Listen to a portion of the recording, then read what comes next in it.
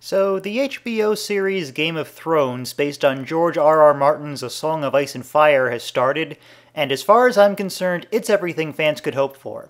Pretty much everything is exactly as I pictured it while reading the books, and while there are a few pieces of clunky exposition, there are fewer than I was worried about, and people who are unfamiliar with the books are still able to follow it, judging from the reviews I've been reading. Except for a few. The show has gathered a few negative reviews which I've kept an open mind about. Everything in entertainment is opinion, and if you don't like something that I like, I don't mind as long as you can explain it.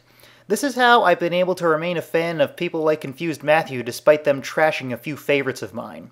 But in this case, by and large, the negative reviews are terrible. They're clearly the result of the critic thinking the entire fantasy genre is inherently worthless, and the very assignment of reviewing the show is beneath them. This is best epitomized in the review from the New York Times by Ginia Belafonte. Here's a sample excerpt which is not edited at all. How did this come to pass? We are in the universe of dwarfs, armor, wenches, braids, loincloth. The strange temperatures clearly are not the fault of our reliance on inefficient HVAC systems. Given the bizarre climate of the landmass at the center of the bloody disputes, and the series rejects no opportunity to showcase a beheading or to offer a slashed throat close-up, you have to wonder what all the fuss is about. We are not talking about Palm Beach. Now, Miss Belafonte, if I may quote another great HBO show, fuck you, you fucking fuck. Where are you getting any of this?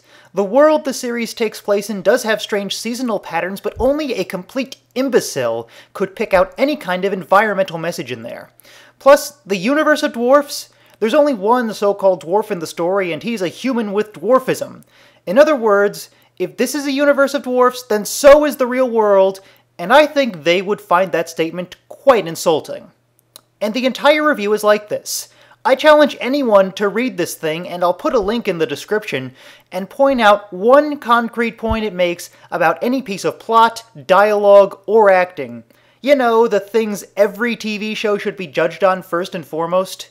Given things like that dwarf statement, I kind of doubt she even watched the show and just figured fantasy automatically equals bad. Well, the people have spoken. I've looked around online and the response has been overwhelmingly positive from fantasy fans and general audiences, from people who read the books and people who came to it cold. The show is definitely one to keep watching, and I dearly hope it gets an audience big enough to continue to the end. Season 2 has already been greenlit, which is a good sign. With Book 5 of A Song of Ice and Fire being released in a few months, I'm excited as hell, and I'm feeling very protective of something with this much skill and love poured into it. And I'm not just saying all this because George R.R. Martin openly trashed the ending of Lost, but it helps.